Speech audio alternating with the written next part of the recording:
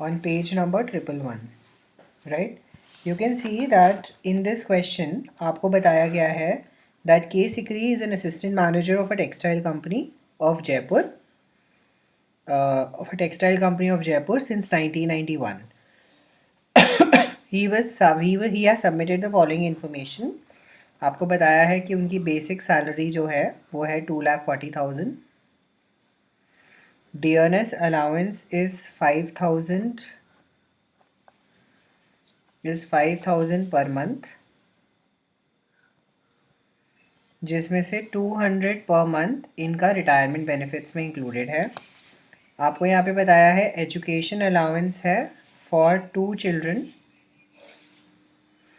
at 150 per child per month. आपको बताया है commission is 1% on sales and the sales is given to you as 10 lakhs. ओ भाई साहब, ये तो बहुत सारी इन्फॉर्मेशन है. मैं अगर ऐसे लिखता जाऊँगा तो बहुत टाइम लग जाएगा. एक काम करते हैं, साथ के साथ सॉल्व करना शुरू करते हैं. मैं एक बार क्वेश्चन पूरा रीड कर लेता हूँ instead of noting this down, है ना.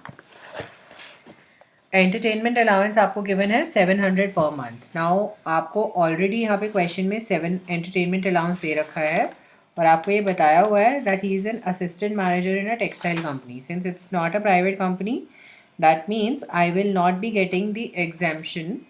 I won't be getting the exemption of this particular topic, है ना. मुझे इस पर्टिकुलर टॉपिक में एग्जेम्पशन नहीं मिलेगा, डिडक्शन नहीं मिलेगा एंटरटेनमेंट अलाउंस का. क्यों? क्योंकि वो एक प्राइवेट ऑफिसर है ना. He is a private officer. Next आपको ट्रैवलिंग अलाउंस बता रखा है ही जो इसने ऑफिशियल टूर पे स्पेंड किया. No, just not because of textile, because he is not a government employ. क्योंकि हमने पढ़ा था ना एंटरटेनमेंट अलाउंस में केवल गवर्नमेंट एम्प्लॉयज़ को डिडक्शन मिलता है, राइट. या He was given a cloth worth 1,000 by his employer free of cost. Free में क्लॉथ दिया गया. He resides in the flat of the company, है ना. Its market rent is 12,000 per month. A watchman and a cook has been provided by the company at the bungalow who are paid 400 per month each. तो आप देख सकते हैं RFA है यहाँ पे, घर दे रखा है उन्होंने, रेंट घर में वो रह रहा है ना, कंसेशनल रेट पे. तो यहाँ पर क्योंकि घर ओन्ड बाय द एम्प्लॉयर है तो यहाँ पर हमारे लिए पॉपुलेशन मैटर करेगी, है ना. पॉपुलेशन हमें देखनी पड़ेगी. आपको पॉपुलेशन के बारे में कहीं ना कहीं बता रखा होगा आगे क्वेश्चन में, राइट. तो 7th-8th नंबर पॉइंट में आप ध्यान से रीड करेंगे that it is an RFA. Okay. उसके साथ साथ आपको क्वेश्चन में बता रखा है कि उसे 1.8 लीटर इंजन कैपेसिटी का मोटर कार दिया गया है जो वो पर्सनल यूज़ के लिए यूज़ करता है. The running and maintenance cost are borne by the company. जो रनिंग मेंटेनेंस कॉस्ट है वो कंपनी बेयर करती है. Employers contribution to RPF recognise provident fund and the interest credit to the fund was 13%. तो अगर आप ध्यान देंगे बेटा, RPF के केस में I am allowed only 12% of the salary and interest के केस में I am allowed only 9.5% per annum interest, है ना. तो अकॉर्डिंगली मुझे कैलकुलेट करना पड़ेगा. देखो मुझे क्वेश्चन में दे रखा है 13% पर एनम, तो मुझे यहाँ पर थोड़ा रेसिप्रोकल कैलकुलेशन करना पड़ेगा. ओके, जब अभी क्वेश्चन करेंगे समझ आ जाएगा. कॉन्ट्रीब्यूशन बाय सिकरी मतलब employees contribution was 40,000, employer contribution was 40,000. You need to know employ contribution 80C में डिडक्टेबल है ना. क्योंकि हमें इनकम फ्रॉम सैलरी निकालनी है, टोटल इनकम नहीं निकालनी, तो इसलिए it doesn't matter much, right. Rent of house recovered from Sikri. आप देख सकते हैं RFA के साथ साथ उसने कुछ रेंट भी पे किया है मुझे 1,500 रुपीज़ पर मंथ. तो वो जो होगा अमाउंट वो भी हमारे यहाँ पे इंक्लूड हो जाएगा, राइट. अगर आप देखेंगे यहाँ पे टैक्स डिडक्टेड, यहाँ पे हमें TDS दे रखा है 6,000 रुपीज़ का. वो TDS का पेमेंट किसने किया होगा?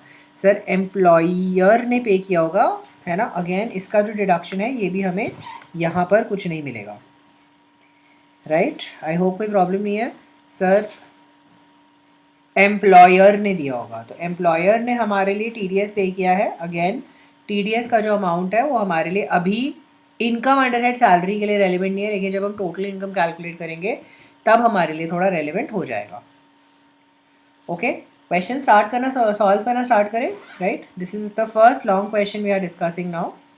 It's going to take time see, क्योंकि हम फर्स्ट क्वेश्चन डिस्कस कर रहे हैं. So I am going to start with the presentation, right. Sir हम सबसे पहले ना यहाँ पे एक बड़ी सी टेबल बना लेंगे, this is going to be the computation. तो computation of income of mister Sikri, this is how you are going to head it, ठीक है। नेक्स्ट हम यहाँ पे देखो 2 कॉलम्स ड्रॉ करेंगे, एक करेंगे वर्किंग के लिए, एक करेंगे हमारे फाइनल अमाउंट्स के लिए, राइट। हमारी यहाँ पे एक ये टेबल बन गई, देख लीजिए ये ऑलमोस्ट मेरा पूरा पेज ले लेगी। हाँ ओके, ऑलमोस्ट मैंने ये 1.5 पेज की टेबल बना दी है। ओके आई थिंक सो मेरे को यहाँ पे 2 चीज़ें निकालने को बोली हैं, if he opts for, okay तो मेरे को यहाँ पे 3 कॉलम बनाने पड़ेंगे, आई एम सॉरी, थोड़ा सा मुझे प्लेसमेंट देखना पड़ेगा, एक मिनट। मुझे यहाँ पे 3 कॉलम बनाने पड़ेंगे, आई होप ये क्लियर है। 3 कॉलम क्यों बनाए मैंने, बिकॉज एक होगा ऑप्टेड फॉर 115 BAC, एक होगा नॉट ऑप्टेड फॉर 115 BAC, एक होगा हमारे लिए कैलकुलेशन। मैं कैलकुलेशन के लिए चलो यहाँ पे कोई टेबल नहीं बना रहा हूँ अभी, कॉलम बीकॉम ऑनर्स में हमें ये पूछा जाएगा दैट 115 BAC और नॉट ऑप्टेड फॉर 115 BAC, ये वाला चक्कर बीकॉम ऑनर्स के पेपर में रहेगा, प्रोग्राम के पेपर में थोड़े चांसेस कम हैं, वो लोग सिंगल एक ही चीज़ पूछते हैं। सो यहाँ पर आ जाएगा हमारे पास opted for and not opted. I hope कोई प्रॉब्लम नहीं है, राइट। ये हमारे पास एक कॉम्पिटिशन टेबल आ गई। देखो सबसे पहले मैं यहाँ पे कैलकुलेशन कर देता हूँ, मैं यहाँ पे सबसे पहले हेडिंग डाल देता हूँ, this is my income under head salary, ठीक है। मैं सबसे पहले ये हेडिंग डाल देता हूँ, ठीक है। देखो मैं इस चैप्टर में भी आपको यही टेबल बनवाऊंगा और जब टोटल इनकम हम पढ़ेंगे ना तब भी मैं आपको एक ही टेबल बनवाऊंगा, तो इसीलिए मैंने यहाँ पे कॉम्पिटिशन ऑफ इनकम डलवाया, ना कि कॉम्पिटिशन ऑफ सैलरी, ओके। चलिए इनकम अंडर हेड सैलरी, सबसे पहले हमने देखो यहाँ पे पुट कर दिया बेसिक सैलरी।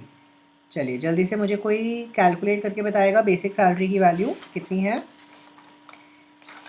हमें टोटल वैल्यू क्वेश्चन में दे रखी है 2,40,000, तो हम वही ले लेंगे, हमें कैलकुलेशन करने की ज़रूरत ही नहीं है। सर दोनों ही केसेस में it will be fully taxable. Sir dearness allowance will be 5,000 into 12, that is going to be 60,000 taxable in both the cases. All well, यहाँ तक जल्दी बताएं, रिद्धि, मेहर, अयान, कोई प्रॉब्लम? चलिए, yeah, I'm going to go very slow, don't worry, I'm going to repeat it 2-3 times, don't worry, since this is the first question, don't worry. Next, moving on to education allowance. Now you can see this is my first allowance जिसमें हमें deduction मिलेगा, तो आप देख लो मेरे को actual amount कितना मिला है। सर मुझे मिला है 150 पर चाइल्ड, है ना, and per month. This is my actual amount received, okay, this is my actual amount received. Sir कितना अमाउंट रिसीव हुआ है मुझे, 150 into 2 into 12, that means I have receive 3600, okay. Sir if I have opted for 115 BAC, तो ये पूरा का पूरा amount मेरे लिए टैक्सेबल हो जाएगा, मुझे एग्जेम्पशन नहीं मिलेगी। If since I have opted for 115 BAC, पूरा का पूरा अमाउंट टैक्सेबल हो जाएगा, मुझे एग्जेम्पशन की कोई रिक्वायरमेंट नहीं है, I have not received any exemption here, so you can see that entire amount will be taxable. But अगर मैंने ऑप्ट नहीं किया है तो यहाँ पे मुझे एग्जेम्पशन मिलेगा। सर कितना एग्जेम्पशन मिलेगा, 100 into 2 into 12, that is going to be 2400। तो यू कैन सी दैट मेरे लिए टैक्सेबल अमाउंट कितना हो जाएगा, सर मेरे लिए टैक्सेबल अमाउंट हो जाएगा केवल 1200। आई होप क्लियर है मैंने कैसे इसका प्रेजेंटेशन दिया, simple presentation, nothing more, shown all the calculations very clearly, right. Riddhi, Mehar, I hope it's clear, right. चलो मूविंग ऑन, डियरनेस अलाउंस हो गया, एजुकेशन अलाउंस हो गया। आप देख सकते हो मेरे लिए फोर्थ आइटम कौन सा है, that is commission. So my next item is going to be commission, right. बेटा commission is given to me as 1% of 10 lakhs, है ना, 10 lakhs का 1%, so that will be 10,000. Sir दोनों केसेस में टैक्सेबल होगा ना, तो दोनों केसेस में हमने इसको टैक्सेबल कर दिया. क्वाइट सिंपल, नथिंग मच, इसमें कोई बहुत ज़्यादा हार्ड एंड फास्ट बड़ा बड़ा रूल नहीं है. You can see easily calculated, right. So this is going to be my commission here. Next moving on. Sir next मेरे पास 5th पॉइंट मुझे क्वेश्चन में दे रखा है entertainment allowance. You can C entertainment allowance हम यहाँ पे टैक्सेबल तो सबको करते हैं, है ना. If you remember entertainment allowance हम टैक्सेबल तो सबको करेंगे, क्यों कि, लेकिन डिडक्शन देंगे अंडर सेक्शन 16 केवल गवर्नमेंट एम्प्लॉयज़ को, है ना, क्योंकि एंटरटेनमेंट अलाउंस में हमें एग्जेम्पशन नहीं मिलता है, हमें डिडक्शन मिलता है. I am repeating once again for everyone that entertainment allowance में हमें डिडक्शन मिलता है, एग्जेम्पशन नहीं मिलता.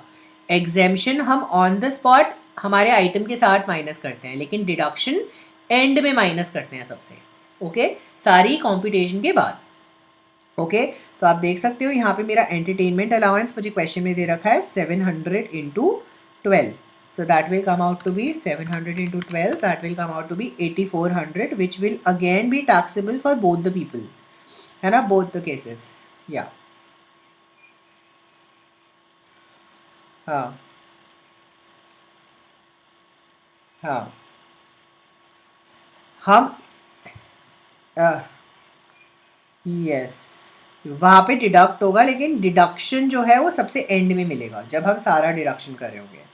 जब हम सारा ग्रॉस सैलरी निकाल लेते हैं उसके बाद हमें डिडक्शन माइनस करते हैं. लेकिन इस पर्टिकुलर क्वेश्चन में as you know he is not a government employee, that means no deduction at all.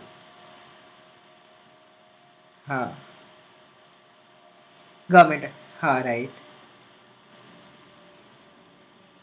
बेटा, because this is a deduction not an exemption. Deductions जो होती है हमें इनकम से मिलती है, टोटल इनकम से.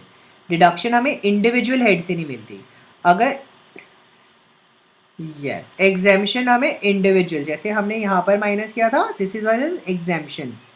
सो इसीलिए मैंने एजुकेशन अलाउंस से ही माइनस किया, क्योंकि this exemption is only for education allowance, but deduction is something that is given on total income. That's why उसे एंड में टोटल इनकम निकाल, मतलब टोटल सैलरी निकालने के बाद हम उसको माइनस करते हैं.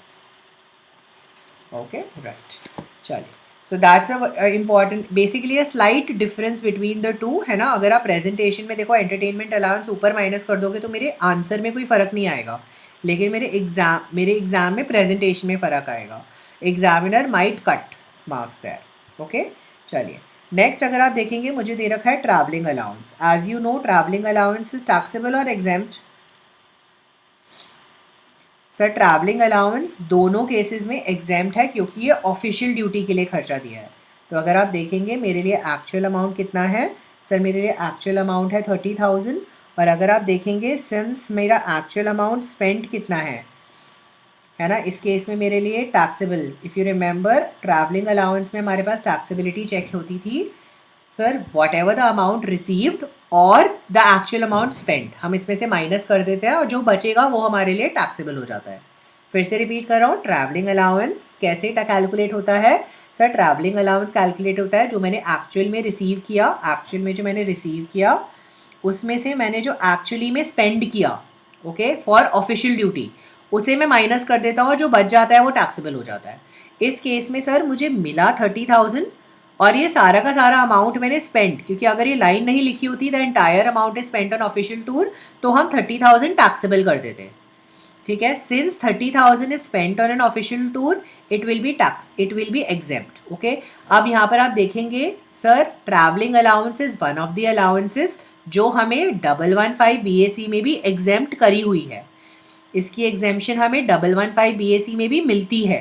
तो इसीलिए देख लो यहाँ पे ऑप्टेड फॉर में भी नील अमाउंट आएगा और नॉट ऑप्टेड फॉर में तो नील आना ही है. आई hope I am clear, right. चलिए हाँ, क्योंकि उसका अमाउंट 0 है और प्लस एग्जेम्पशन मिलता है ना. 115 BAC में हमें ट्रैवलिंग अलाउंस का एग्जेम्पशन मिलता है, दैट इज वाई हमने अलाउ किया. हाँ, तो जैसे चिल्ड्रन एजुकेशन अलाउंस में मुझे इसका एग्जेम्पशन नहीं मिलता, तो इसीलिए पूरा का पूरा अमाउंट देखो टैक्सेबल किया.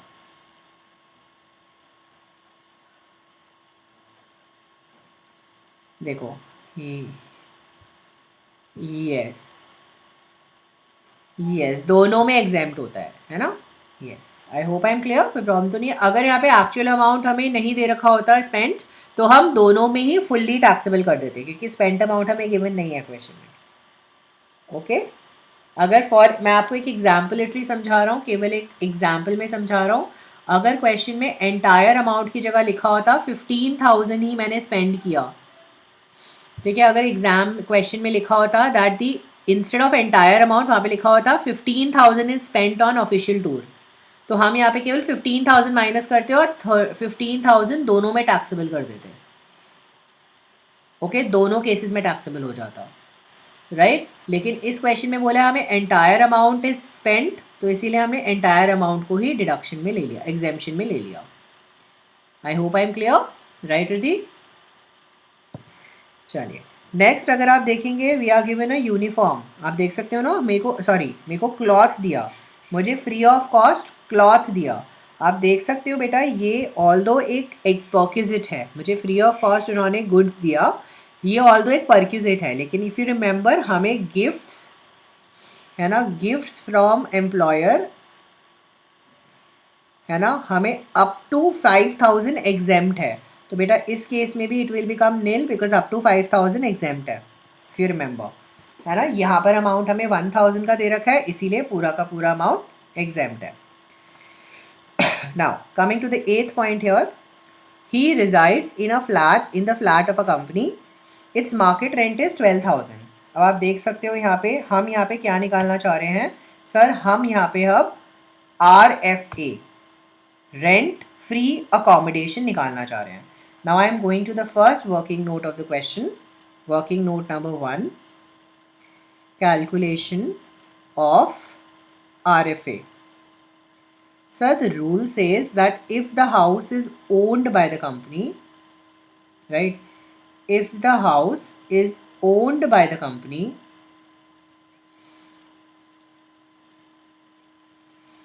then 15% of salary. अगर आप देख सकते हो मुझे क्वेश्चन में जयपुर का पॉपुलेशन 26 लाख दे रखा है, 15% ऑफ सैलरी है ना, ब्रैकेट में लिख देता हूँ, देखो पॉपुलेशन ग्रेटर देन 25 लैक्स है ना, इसीलिए मैंने यहाँ पे 15% ऑफ सैलरी दिया, राइट। माइनस कर देंगे हम यहाँ पे, क्या माइनस कर देंगे आप जल्दी बताएं, हम यहाँ पे क्या माइनस कर देंगे, अमाउंट पेड बाय एम्प्लॉई। अगर कुछ एम्प्लॉई ने अमाउंट पे किया है इस घर के लिए, तो वो हम यहाँ से माइनस कर देंगे। यस, अगर आप याद करें यहाँ पर 15% ऑफ सैलरी, राइट, माइनस जो हमारा अमाउंट होता था, जो माइनस करके हमारा अमाउंट आता था है ना, मतलब रेंट पेड, वो यहाँ पे कि कोई काम का नहीं था। If you remember the rent paid by the company, क्योंकि वो यहाँ पे है नहीं एप्लीकेबल, तो यहाँ पर हम सीधा सीधा केवल 15% ऑफ सैलरी को ही चार्ज करते हैं। तो अगर आप देखेंगे मैं यहाँ पे सबसे पहले देखो नीचे मैंने यहाँ पे कैलकुलेशन किया सैलरी का। सर RFA के लिए सैलरी क्या होता है, basic salary plus DA plus all allowances, if you remember, right. तो अगर आप देखेंगे जब मैं इसकी सैलरी कैलकुलेट करूँगा, यहाँ पे मैंने 2,40,000 का इसका बेसिक सैलरी लिया। सर अगर आप देखेंगे DA मुझे क्वेश्चन में ऑलरेडी दे रखा है 200 × 12 रिटायरमेंट बेनिफिट वाला है ना। सर इसके साथ साथ अगर आप देखेंगे education allowance that is going to be 1,200, right. Sir next is going to be commission that is 10,000। Sir lastly is going to be entertainment allowance 8,400। तो अगर आप देखेंगे यहाँ पर हमारे पास टोटल अमाउंट आ गया 2,40,000, 200 × 12 2,400, 2,40,000, 2,400, 1,200, 10,000, 8,400, that is going to be 2,62,000. Yes, beta 8,400 was at value of entertainment allowance, if you remember. लिया ना बेटा, ये रहा कमीशन लिया ना, हाँ मैंने ऑल अलाउंसेस लिख दिया ना, देखो देख लो, कोई नहीं, वो मैंने उसी में ले लिया, चलो अब लिख दिया commission. Okay right? So this 1200 belongs to ECA, education allowances, this is commission and this is entertainment allowance. अगर आप देखोगे यहाँ पे नील आ जाएगा बिकॉज ट्रांसपोर्ट अलाउंस नील है हमारा, है ना, बिकॉज मैं ट्रांसपोर्ट अलाउंस इज ज़ीरो, है ना. उसके अलावा मैंने और कोई अलाउंस देखो कोई पे नहीं किया, रिसीव नहीं किया. बेटा ये देख सकते हो इफ़ नॉट ऑप्टेड वाला केस है ये, इफ़ यू रिमेंबर सर, क्योंकि मेरा यहाँ पे एजुकेशन अलाउंसेस में एक चेंज है ना, 2400 का एक चेंज है. तो अगर आप देख सकते हो मेरा जो सैलरी हो जाएगा वो कितना हो जाएगा, 2,40,000 plus 2400 plus 3600 plus 10,000 plus 8400 plus zero. तो यहाँ पर अगर आप देखोगे मेरे पास आ जाएगा 264,400. यहाँ पे मेरे पास अमाउंट एक और आ जाएगा if opted for 115 BAC. I hope कोई प्रॉब्लम नहीं है. अगर मैंने 115 BAC के लिए ऑप्ट किया है तो आप देख सकते हो मेरे लिए, है ना, मेरे लिए जो अमाउंट है, मेरे लिए जो अमाउंट ऑफ सैलरी है वो हो जाएगा 264,400. अगर मैंने 115 BAC के लिए ऑप्ट नहीं किया है तो मेरा सैलरी है 2,62,000. आप देख लीजिए यहाँ पर मैं दोनों केसेस में सब्ट्रैक्ट करके दिखा देता हूँ. सर 2,62,000 का 15%, this comes out to be 39,300. ठीक है, नॉट ऑप्टेड वाला केस. एंड यहाँ पर मैंने दिखा दिया ऑप्टेड वाला केस, है ना. This is going to be how much, 264,400 into 15%, so 39,660. Sir इन दोनों में से मैं माइनस करूँगा जो मैंने रिकवर कर लिया. सर आप देख सकते हो पॉइंट नंबर 12 में I have been given that Sikri ने रेंट पे किया है. So 1500 into 12 that comes out to be 18,000 I guess. हाँ, that comes out to be 18,000. वो मैंने देखो यहाँ से माइनस कर दिया. तो आप देख सकते हो मेरे पास यहाँ पे टैक्सेबल परक्विजिट आ गया कितना, 39,300 minus 18,000 that is 21,300 and 39,660 minus 18,000 that is 21,660, right. तो अगर आप देख सकते हो यहाँ पे मेरा फर्स्ट अमाउंट कितना आ गया, 21. देख लीजिए यहाँ पे मैं लिख देता हूँ rent free accommodation, right. Sir it is going to be 21,660 and 21,300. आप यहाँ पे एक मेंशन दे सकते हो, वर्किंग नोट नंबर 1 को मेंशन कर लीजिए. ओके, तो यहाँ पे मैंने अपना टैक्सेबल अमाउंट दिखा दिया. जल्दी बता दीजिए, यहाँ तक कोई प्रॉब्लम होनी नहीं चाहिए. मेहर अयान, हाँ या यस अयान.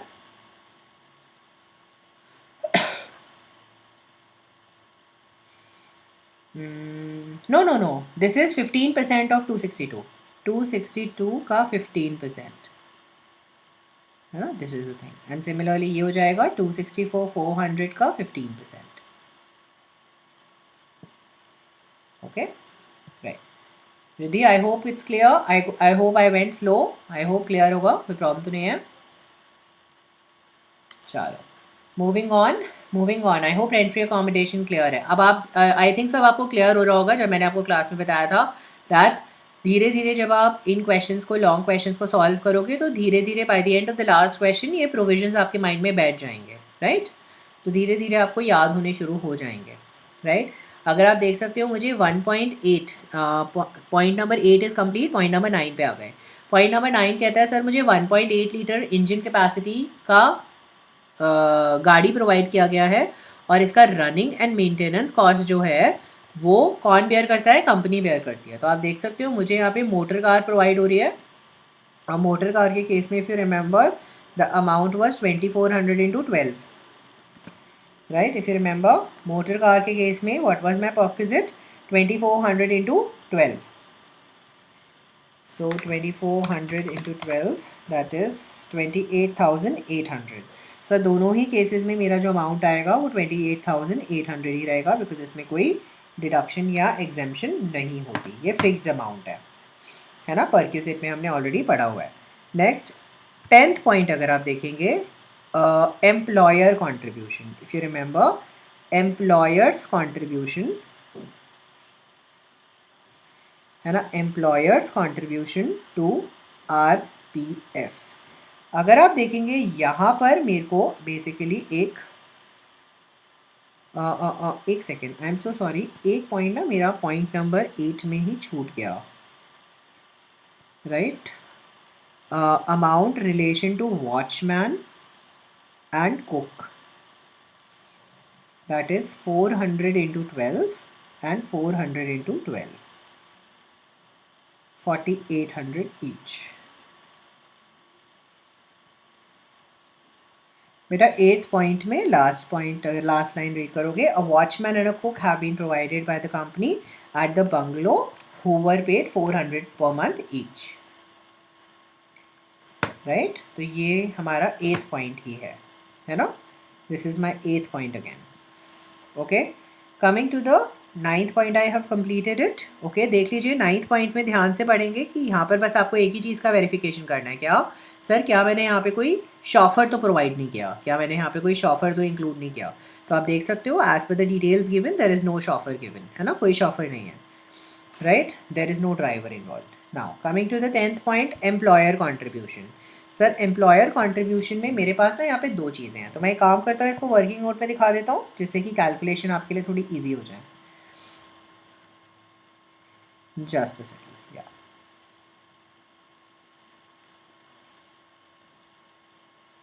राइट, या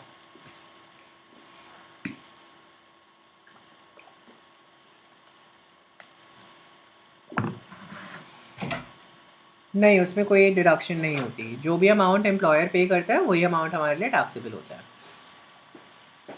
राइट। चलिए, coming to RPF now, employers contribution है ना, एम्प्लॉयर्स कॉन्ट्रीब्यूशन टू RPF। आप देख सकते हो बेटा, as per the provisions I have been given that 12% of the salary है ना, 12% of the salary is allowed है ना as deduction or as exemption, okay, for contribution of employer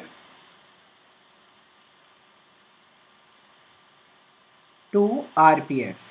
this is the provision, बेटा ये हमारा provision है। मैं यहाँ पे फर्स्ट क्वेश्चन है इसलिए प्रोविजंस को लिख रहा हूँ, ओके, जिससे हमें थोड़ा दिमाग में बैठ जाए। ओके, तो अगर आप देखेंगे यहाँ पे मेरा सैलरी कितना होगा, जल्दी से बताइए सैलरी कितना होगा। सर यहाँ पे हमारे लिए सैलरी होगा 2,40,000, राइट, प्लस 2,400 प्लस 10,000। सैलरी होगा हमारे लिए basic salary plus DA plus commission if there is any based on turnover. तो अगर आप देख सकते हो इस केस में, इस क्वेश्चन में हमें यही दे रखा है 2,40,000 plus 2,400 plus 10,000, right. Riddhi mute कर लो, या राइट। नेक्स्ट अगर आप देखेंगे यहाँ पर हमारे पास वैल्यू आ गई 2,52,400। सो मेरे लिए जो एग्जेम्प्ट, अगर आप देखेंगे मेरे लिए एक्चुअल अमाउंट रिसीव्ड कितना है, एक्चुअल अमाउंट रिसीव्ड कितना है सर, मेरे लिए एक्चुअल अमाउंट रिसीव्ड है 40,000, ओके, और मेरे लिए एग्जेम्प्ट कितना है सर, 2,52,400 का 12% ही एग्जेम्प्ट है। तो आप देख लीजिए 252,400 का 12% करेंगे तो आंसर आएगा 30,288। तो आप देख सकते हैं मेरे पास यहाँ पे टैक्सेबल अमाउंट कितना आ गया, 9712, राइट। सर ये जो RPF का डिडक्शन है क्या हमें 115 BAC वालों को भी मिलेगा? यस, ये 115 BAC वालों को भी मिलेगा, राइट। आई होप ये क्लियर है प्रोविजन, जल्दी से बता दें RPF का, राइट। चाहो तो मैं ब्रैकेट में लिख देता हूँ employers, yes, I repeat once again, employer's contribution will be deductible to the amount of 12% of the salary, okay, 12% of the salary will be allowed as an exemption for the contribution of employer to RPF. तो अगर आप देख सकते हैं in the given question, मैं सबसे पहले तो मैंने सैलरी कैलकुलेट करी फॉर RPF, मैंने वैल्यू ऑफ सैलरी कैलकुलेट करी फॉर RPF, तो वो कितना आ जाएगा, basic salary plus DA plus commission, sir that will B 2,40,000, 2,400 and 10,000, that will be how much, 2,52,400. Sir मैंने देखा एक्चुअल अमाउंट रिसीव्ड कितना है, मेरा एक्चुअल अमाउंट रिसीव्ड है 40,000. सर मेरे लिए एग्जेम्प्ट कितना है, 252,400 का 12%, मैंने वो माइनस कर दिया तो मुझे मेरा टैक्सेबल अमाउंट आ गया, टैक्सेबल RPF आ गया, राइट. मैं बस इस अमाउंट को ऊपर वाली टेबल में कॉपी करने वाला हूँ. देख लीजिए, employers contribution to RPF, and मैं यहाँ पे रेफरेंस दे दूंगा हमारे वर्किंग नोट नंबर 2 का 9712, राइट.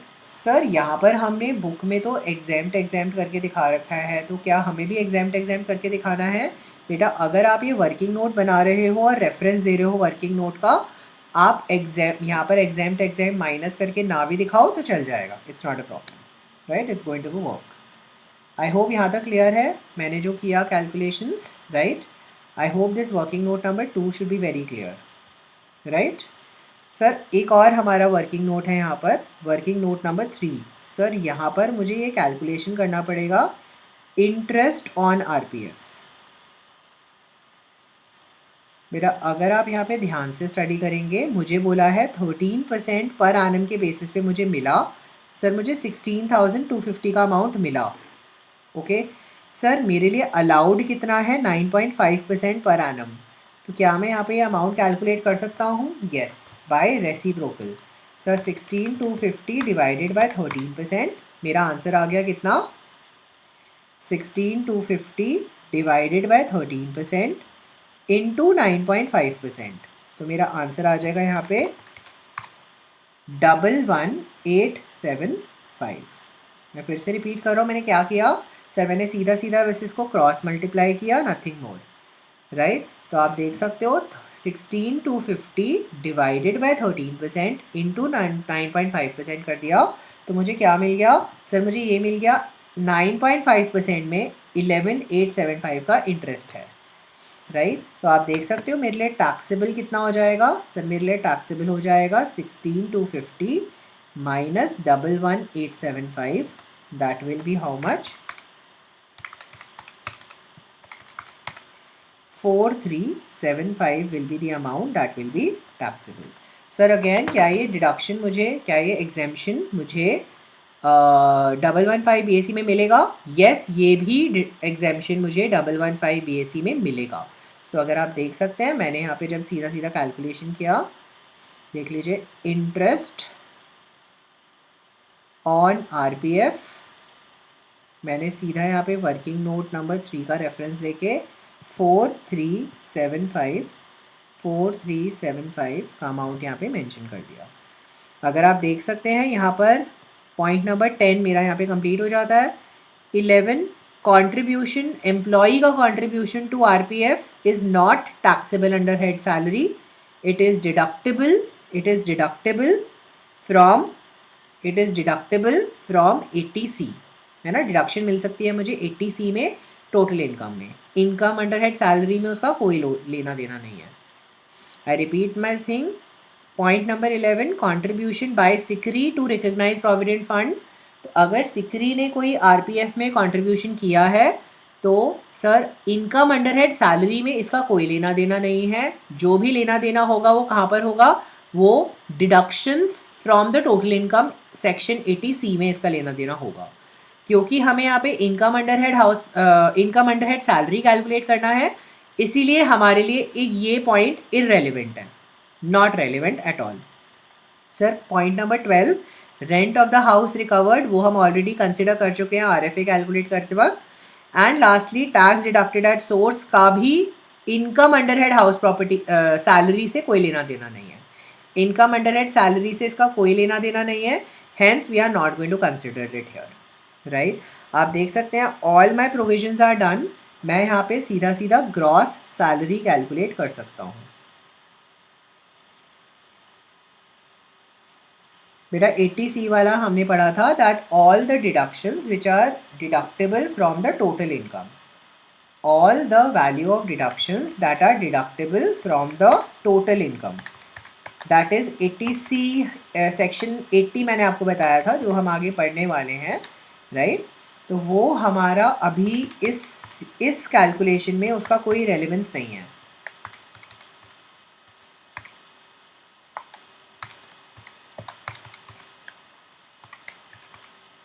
यस वो तो डिडक्शन सेक्शन 16 में आएगा, वो इसके बाद आएगा ना बेटा, ग्रॉस सैलरी के बाद आएगा ना वो, राइट? सबसे पहले देखिए मैंने यहाँ पे कैलकुलेट कर दिया इसका ग्रॉस सैलरी. सिमिलरली मैं नेक्स्ट वाले का भी कैलकुलेट कर देता हूँ. That is going to be 393 387. थोड़ा मैंने चीटिंग कर लिया है बुक से, right, just to save time. Okay चलिए, तो अगर आप देख सकते हैं यहाँ पर हमारे पास ग्रॉस सैलरी आ गया है, right? We have got the gross salary. Sir हमारे पास अगर मुझे निकालना था, कैन यू सी मेरे को क्या निकालना था? Income under head salary for the assessment year 22-23, है ना? तो बेटा ग्रॉस सैलरी में से मेरे को यहाँ पे डिडक्शंस माइनस करना पड़ेगा. सर यहाँ पे जब मैं डिडक्शंस लिखूंगा ना तो डिडक्शंस अंडर सेक्शन 16 ये मुझे मेंशन करना पड़ेगा, राइट? इफ़ यू रिमेंबर मैंने आपको नोट्स में क्लियरली बताया था कि कुछ सेक्शन नंबर्स मैं आपको लर्न करवाऊँगा. तो सैलरी का डिडक्शन सेक्शन कौन सा है? सेक्शन 16, और ये आपको कॉम्प्यूटेशन में यहाँ पे मेंशन करना पड़ेगा. ओके, आई होप कोई प्रॉब्लम नहीं है, right? Sir deduction under section 16 में एक तो आता है स्टैंडर्ड डिडक्शन, राइट? एक तो आता है standard deduction.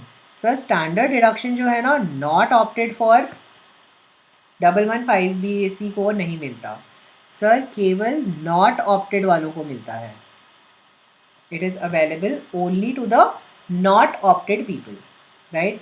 Sir at the same time entertainment allowance, क्योंकि इस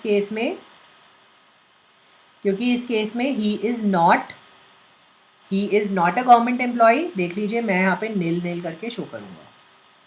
सर क्या ये शो करना ज़रूरी है? वैसे शो कर देंगे तो ज़्यादा अच्छा रहेगा for the examiner, right? Because जिससे कि उसको थोड़ा पता चले कि आप भी पढ़े लिखे बच्चे हो, है ना? आपको सब आता है, तुक्के में आंसर सही नहीं हुआ, ठीक है ना?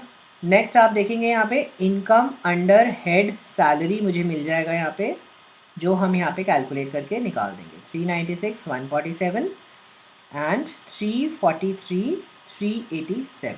That's going to be my amount.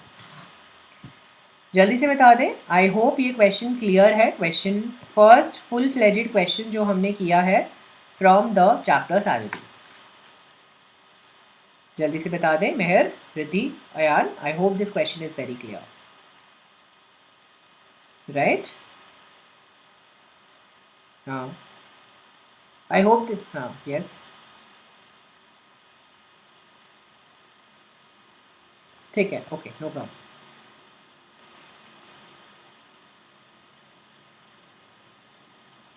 No this is not 80C, this is section 18. बेटा ये अभी केवल हमने सैलरी की हेडिंग का इनकम निकाला. अब हम 16 राइट? 80C वाला जो डिडक्शन होता है वो हमारा टोटल इनकम की डिडक्शन से मिलता है. तो अगर आपको यहाँ पे क्वेश्चन मिलता compute the total income of mister Sikri, okay, अगर आपसे क्वेश्चन पूछा जाता कंप्यूट करो total income of mister Sikri, तो ऐसी सिचुएशन में आप यहाँ पे टोटल इनकम लिखते और फिर टोटल इनकम में से 80C का अमाउंट माइनस करते 40,000 एम्प्लॉय कॉन्ट्रीब्यूशन. ओके, अभी हम आगे ऐसे क्वेश्चंस करने वाले हैं, तो डोंट वरी, है ना? मैं एक काम करता हूँ, आपको एक क्वेश्चन इस टाइप का करा ही देता हूँ जिससे आपका थोड़ा डाउट तक खत्म हो जाए, है ना? हाँ यस बोलिए दीदी. इज अ यस, ये फिक्स्ड अमाउंट है हमारा, या तो वैल्यू ऑफ सैलरी, अगर 50,000 से कम सैलरी का अमाउंट है तो वो अमाउंट, या फिर maximum deduction up to 50,000. Then what that amount से 30,000 होती सैलरी तो 30,000 माइनस करते तो जीरो हो जाता income under head salary. Income under head salary zero हो जाता है ना इन दैट सिचुएशन, राइट। चलिए, आई होप यहाँ तक कोई प्रॉब्लम नहीं है, ऑल्स well.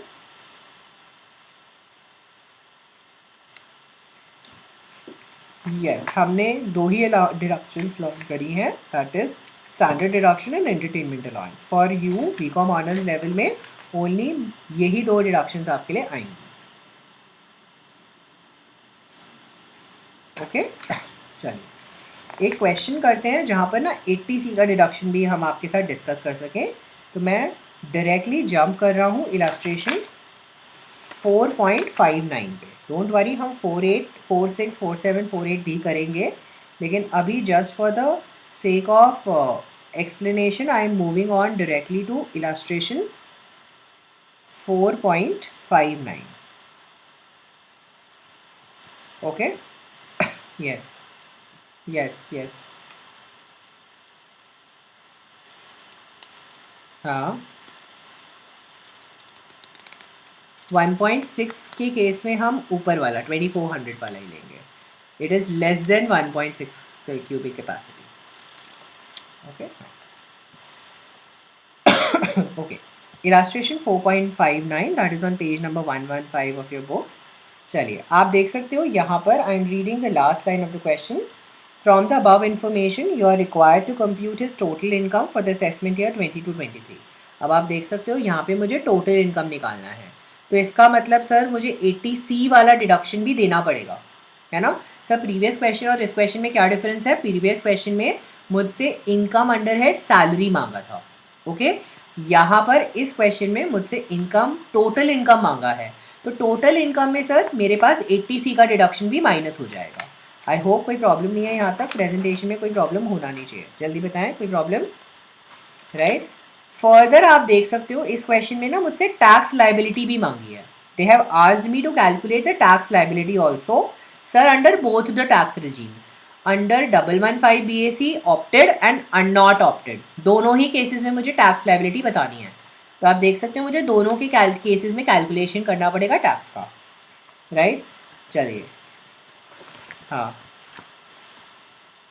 Recognise provident fund, right. हमने 4 टाइप के फंड्स पढ़े थे ना, provident fund, statutory provident fund, recognise provident fund, unrecognise provident fund and public provident fund, PPF।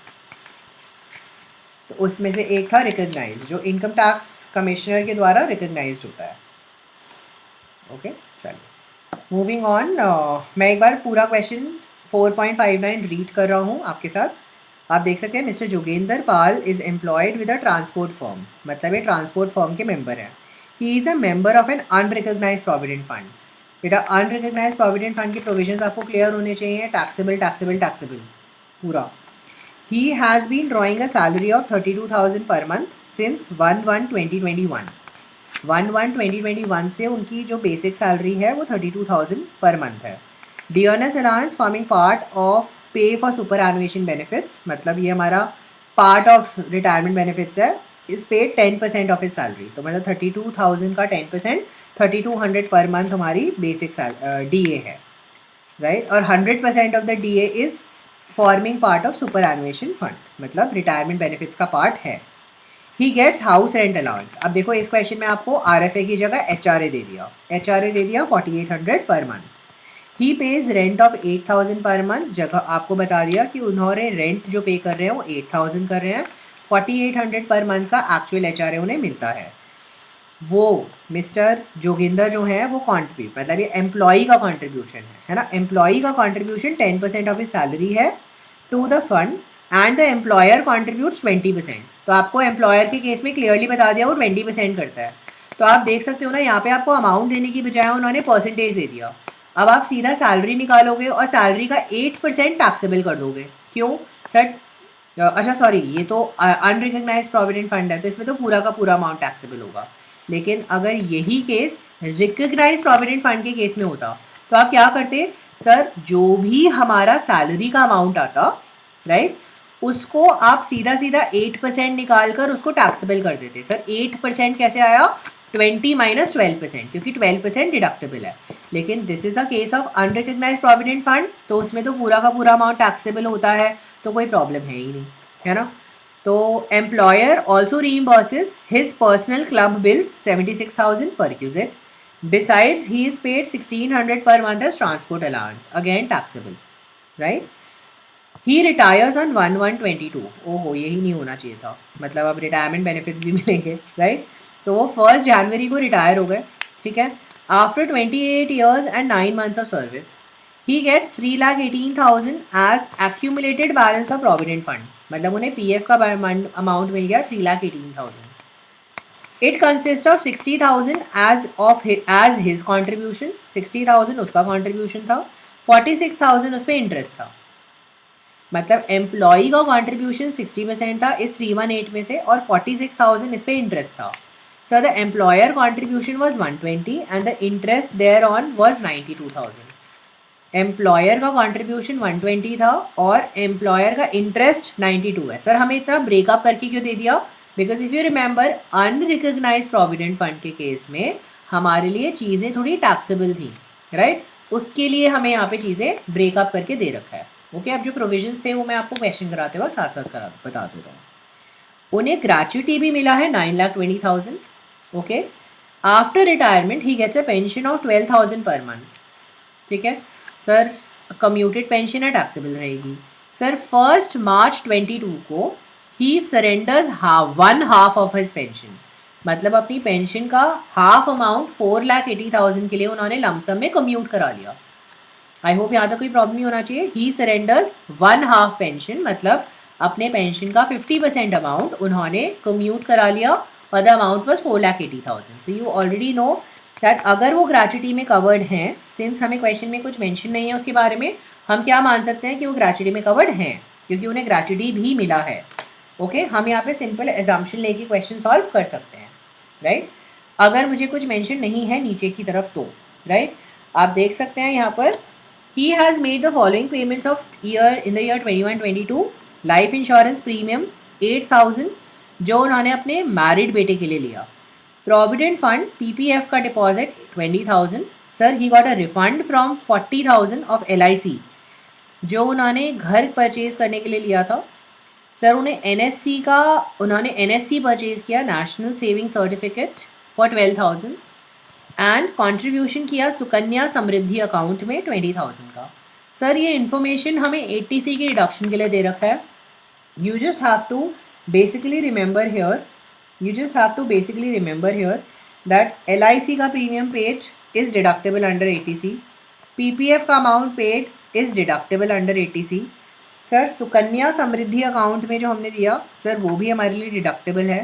Sir repayment of housing loan is also deductible. Sir NSC issue करवाया वो भी हमारे लिए 80C में डिडक्टेबल है। तो ये जो हमें सारे पांचों के पांचों खर्चे दे रखे हैं, all these 5 expenses are deductible under section 80C. Okay, from the above information you are required to compute his total income for the assessment year 22-23 and his tax liability. आपको एज्यूम करना है जोगिंदर पाल जी ने did not opt for 115 BAC and secondly आपको बोलता है he has opted for 115 BAC. जल्दी बता दीजिए क्या हम क्वेश्चन करना स्टार्ट करें।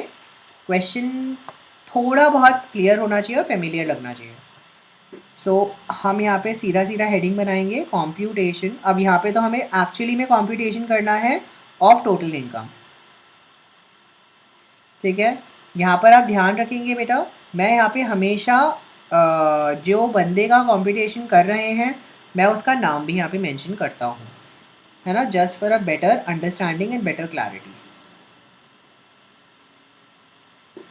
सो एग्ज़ाम में अगर आप इसकी प्रैक्टिस रखेंगे तो आपके लिए भी अच्छा रहेगा। चलिए अगेन हम एक बड़ी सी यहाँ पे टेबल बनाने वाले हैं क्योंकि यहाँ पर again it's a big question, right? और फिर हम वर्किंग नोट्स बनाएंगे।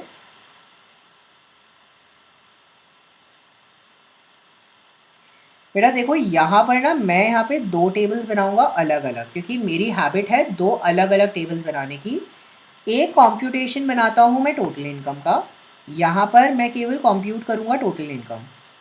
टैक्स कैलकुलेशन के लिए मैं अलग से एक और टेबल बनाऊँगा, I am going to make another table for tax calculation. Okay, so आप भी ये हैबिट बनाओगे तो आपके लिए भी थोड़ा कैलकुलेशन आसान होगा। इसमें बेसिकली ऐसा करने के पीछे मेरे दो रीजंस होते हैं। एग्जामिनर को ना थोड़ा शो करना होता है कि सर मैंने इनकम सही निकाली है। तो अगर मेरी इनकम सही है, टैक्स कैलकुलेशन गलत है, तो एग्जामिनर ना मुझे थोड़ा ड्यू क्रेडिट दे देता है, चलो एक टेबल तो सही बनाई है उस बेचारे बच्चे ने, तो थोड़े मार्क्स हायर मिलने के चांसेस हो जाते हैं, राइट। इसीलिए मैं टोटल इनकम का टेबल अलग बनाता हूँ और टैक्स कैलकुलेशन का टेबल अलग बनाता हूँ, right. This is one of the reason. Sir वही दो divisions, opted for 115 and not opted for. बेटा देखो, मैंने हमेशा हैबिट बनाई है कि मैं ऑप्टेड फॉर को पहले लिखता हूँ और नॉट ऑप्टेड फॉर को बाद में लिखता हूँ, ठीक है। मैंने हमेशा हैबिट बनाई है अपनी प्रिपरेशन के लिए कि I always right opted for before and not opted for after, ठीक है। इससे क्या है, मेरा माइंडसेट बिल्कुल क्लियर है कि this is how I am going to do. आपको जब क्वेश्चन कर रहे हो, आपका दिमाग भी बिल्कुल इसी एंगल में चलना चाहिए। आपके लिए भी प्रेजेंटेशन बिल्कुल क्लियर होनी चाहिए, क्योंकि देखो बुक ने प्रेजेंटेशन आगे पीछे कर रखी है। कभी कभी वो पहले नॉट ऑप्टेड फॉर दिखाता है, बाद में ऑप्टेड फॉर दिखाता है। कभी वो ऑप्टेड फॉर पहले दिखाता है, नॉट ऑप्टेड फॉर पहले बाद में दिखाता है। ये छोटी छोटी प्रेजेंटेशन ट्रिक्स होती हैं जो हमें एग्जाम में कंफ्यूज होने से बचा देती हैं, ओके, क्योंकि ये हमारी हैबिट बिल्ड कर देती है, ठीक है ना। तो इससे मेरा मेरा हाथ हमेशा बड़ा क्लियर चलेगा कि ये मेरा ऑप्टेड फॉर है, तो यहाँ पे मुझे अलाउंस ऐड करना है, माइनस करना है, एक चीज़ मेरे को बिल्कुल क्लियर चलती है, राइट। चलेंगे, आई होप यहाँ तक कोई प्रॉब्लम नहीं है, जल्दी बताएं। अब हम यहाँ पे इनकम अंडर हेड सैलरी निकालते हैं। इनकम अंडर हेड सैलरी, चलिए जी, सबसे पहले स्टार्ट करेंगे विद बेसिक सैलरी। जल्दी बता दीजिए बेसिक सैलरी कितनी है। It is 32,000 into how many months. Sir दिसंबर तक की सैलरी मिलेगी। 32,000 into 9, that's going to be 2,88,000 in both the cases, right. Sir next अगर आप देखेंगे DA, that is 10% of salary, है ना, 10% of basic salary.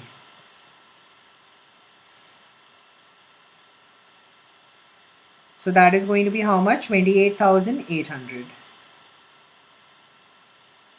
I hope यहाँ तक क्लियर है मेहर। चलिए, इसके बाद में what is the next thing that is given to me in the question. Sir मुझे हाउस रेंट अलाउंस मिला है। अगर आप देखेंगे मुझे यहाँ पे हाउस रेंट अलाउंस मिला है, जिसके लिए मैं यहाँ पे वर्किंग नोट बनाने वाला हूँ।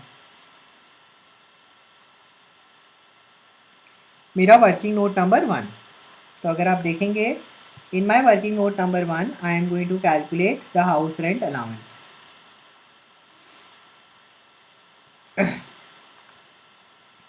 ओके, जल्दी से बताइए। Number 1 actual, that is 4800 into 9। Sir number 2 salary minus rent paid minus rent minus 10% salary. And number 3 मुझे यहाँ पर प्लेस बता रखी है क्या क्वेश्चन में।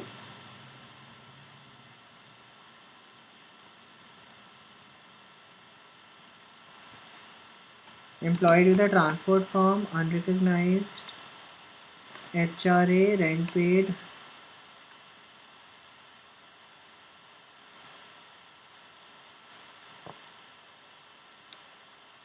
प्लेस ही नहीं बताई, तो ठीक है, इसमें हम सीधी सीधी assumption ले लेंगे that it is 40% of the salary.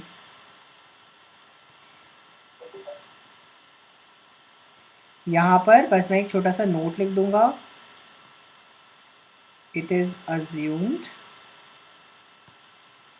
that Mr. Joginder does not have a rented place located in Delhi, Mumbai, Chennai and और कोलकाता, ठीक है। सर इस केस में क्या हम 50% भी ले सकते थे, बट देखो बेटा, इन 4 सिटीज़ में घर होने की संभावना थोड़ी कम है in comparison to the rest of India. So that's why we have taken 40%. So this is going to be 4800 into 9, that's 43,200. Sir, rent is 8,000 into 9 minus, अच्छा यहाँ पे मुझे सैलरी भी तो डिफाइन करनी पड़ेगी. Salary will be how much? 2,88,000 plus 10%.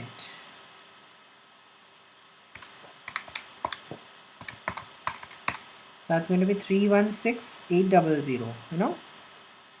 So 316,800 and 316,800 into 40%.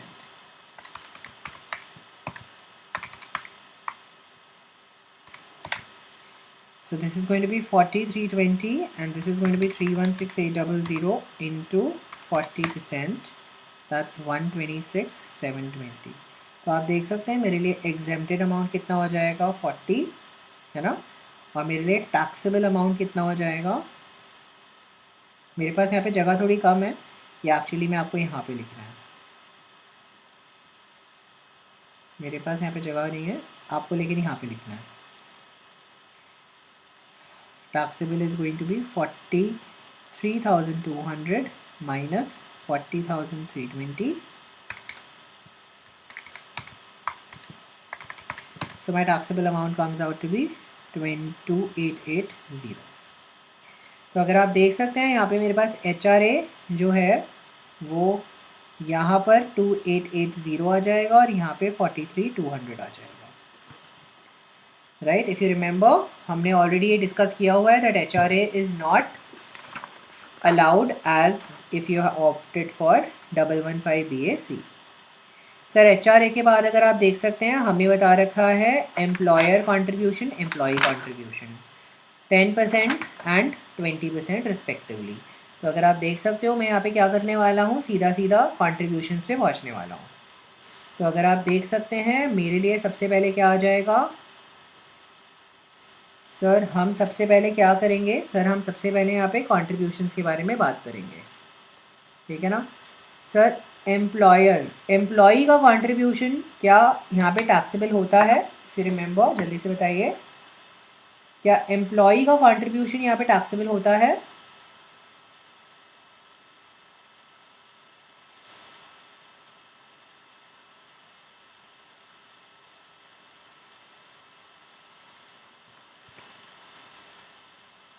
Yes बताइए जल्दी से.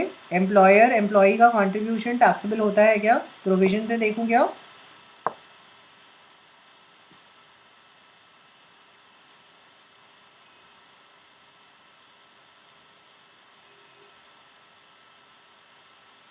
Yes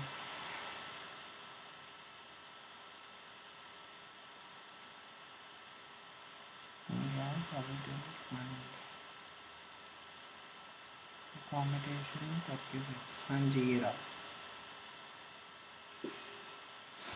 employees contribution no deduction, employer contribution not exempt, है ना. एंड रीपेमेंट के टाइम पे अगर आप देखेंगे employer contribution, interest on employer contribution taxable in salary, interest on employees contribution है ना is taxable under the head other sources. जो एम्प्लॉई कॉन्ट्रीब्यूशन का जो इंटरेस्ट है वो हमारा अदर सोर्सेज में टैक्सेबल होता है. It is taxable under the head other sources, right. तो अगर आप देख सकते हो यहाँ पर मेरे लिए एम्प्लॉयर का कंट्रीब्यूशन जो है और एम्प्लॉई का कंट्रीब्यूशन जो है वो हमारे पास यहाँ पे टैक्सेबल होता है.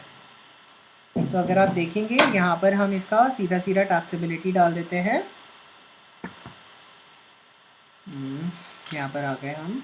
चलिए, तो अगर आप देखेंगे एम्प्लॉयर्स कॉन्ट्रीब्यूशन आपको क्वेश्चन में बेटा कितना दे रखा है? 1,20,000, राइट. एम्प्लॉयर्स कॉन्ट्रीब्यूशन आपको कितना दे रखा है? 1,20,000, राइट. इसके बाद में आपको interest on employers contribution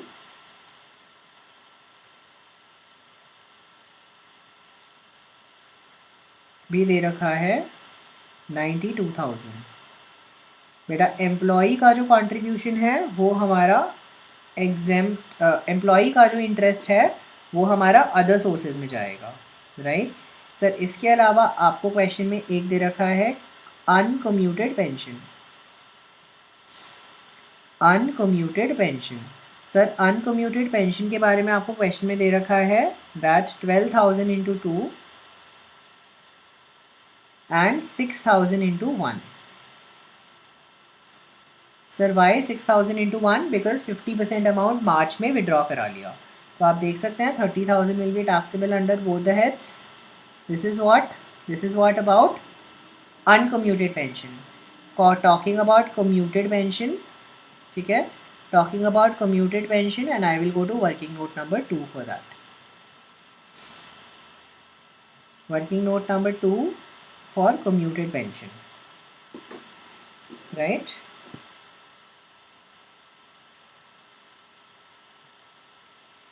again मैं यहाँ पर कोई भी एजम्पशन ले सकता हूँ, तो मैं यहाँ पे नोट लेके, क्योंकि बुक ने सॉल्व करा है, assuming that the employee is not covered under gratuity act. But usually आप लोगों को ये एजम्पशंस वगैरह नहीं लेने पड़ते, तो थैंकफुली आप लोगों को यूजुअली क्लियरली बताया होगा। तो सर आपको बता रखा है 4,80,000 is the amount of 50%। Then sir 100% amount कितना हो जाएगा? 4,80,000 divided by 4,80,000 divided by 50% is equal to 9,60,000। And 9,60,000 को हम जब क्या करेंगे, if he is not covered under gratuity act, कितना लेंगे? How much is the amount? 1/3 और half?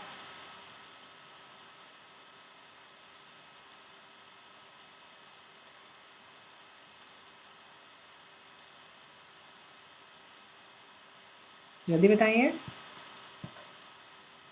It's half, right. then it's going to be 9,60,000 divided by 2, it's going to be 4,80,000। तो आप देख सकते हो यहाँ पर मेरे लिए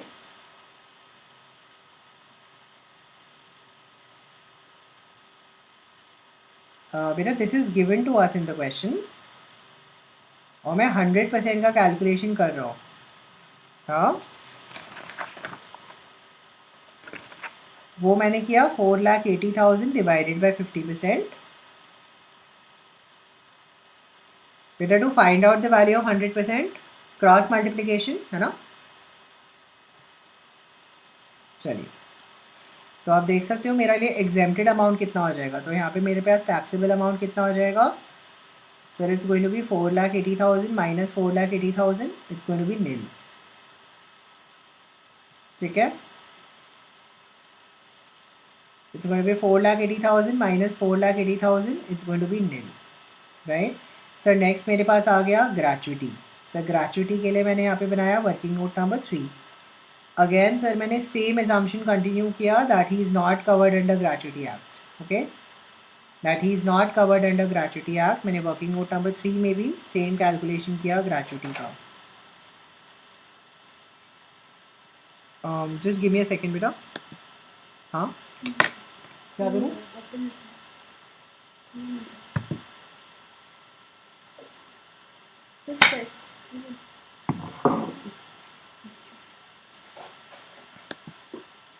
okay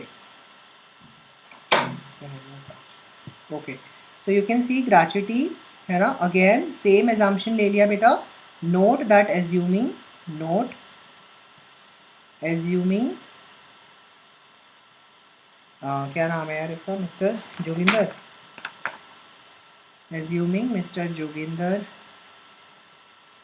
is not covered under gratuity act. Okay, तो अगर आप देखेंगे यहाँ पे मेरे लिए एग्जाम्प्ट अमाउंट कितना है? 20 lakh. Sir the actual amount received is 9,20,000। And sir third क्या हो जाएगा? 1/2 into last 10 months average salary. तो लास्ट 10 मंथ्स एवरेज सैलरी कितनी हो जाएगी सर? सर उसे पिछले 10 साल 32,000 32,000 है ना, 32,000 plus 10%, 32,000 plus 10%, that is coming out to be 35,200. So this is my basic salary plus DA, है ना. Basic salary is 32,000 and 10% basically DA आ गया, है ना.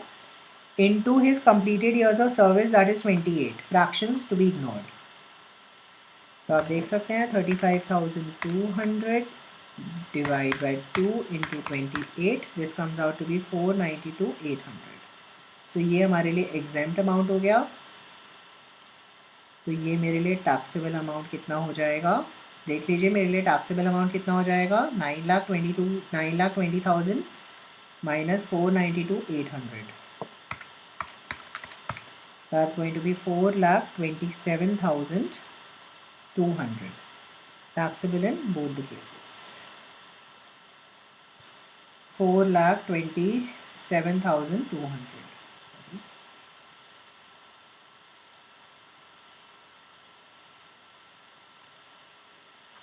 आई होप यहाँ तक कोई प्रॉब्लम नहीं है. ग्रेचुइटी तक कैलकुलेशंस में everything is clear and easy, right.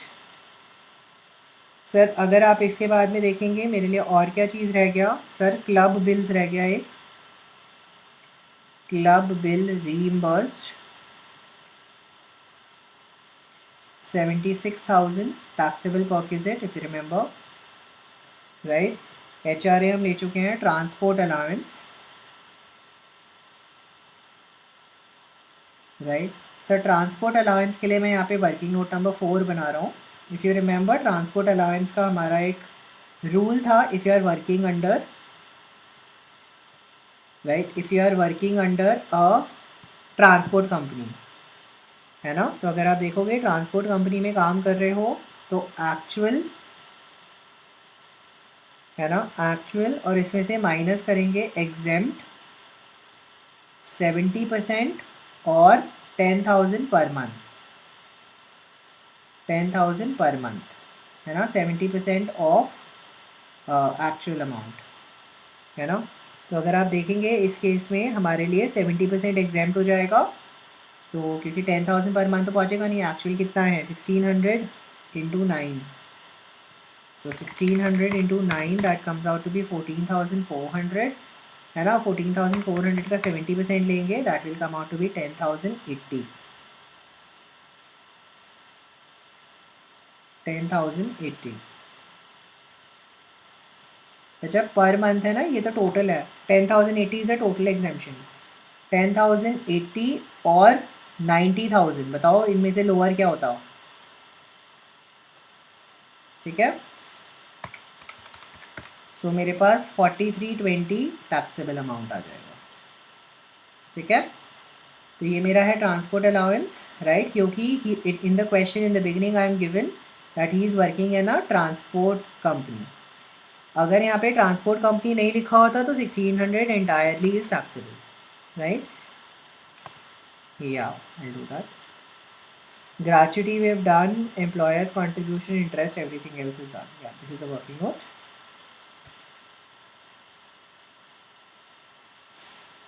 I hope it's done. Clear है?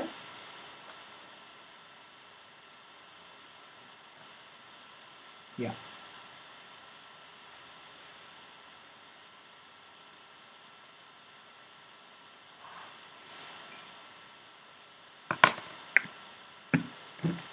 Okay. अगर आप देखेंगे हमारे लिए यहाँ तक we are done with the calculation of gross salary. So we can easily calculate gross salary till here, right. So my gross salary will be 2,88,000, 2,88,000 plus 288,800, 43,200, 1,20,000, 92,000, 30,000, 427,200, 76,000 and 4320. क्योंकि मेरी कैलकुलेशन थोड़ी सी डिफरेंट हुई है क्योंकि मैंने एक एजम्पशन यहाँ पे अलग ली है बुक से, इसीलिए now I can't copy the answer. Right. And यहाँ पर आप देखें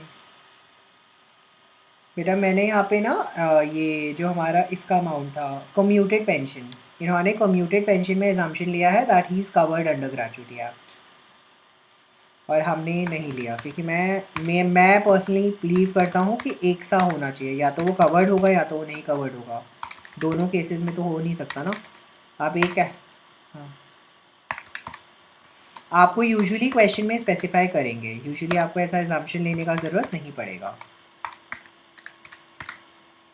ओके, इस वाले क्वेश्चन में स्पेसिफाई नहीं था इसलिए वी टुक द असम्पशन ना, राइट। सो यहाँ पर हमारा ग्रॉस सैलरी कैलकुलेटेड है। कोई प्रॉब्लम है जल्दी से बता दें यहाँ तक, ऑल्स वेल, राइट।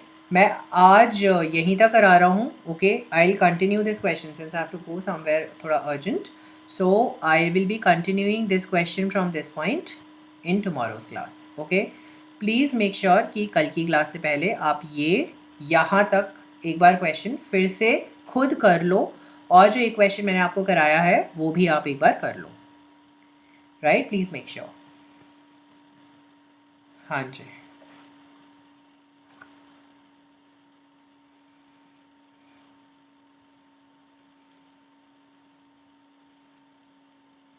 नहीं कौन सा, कौन सा बता, कौन,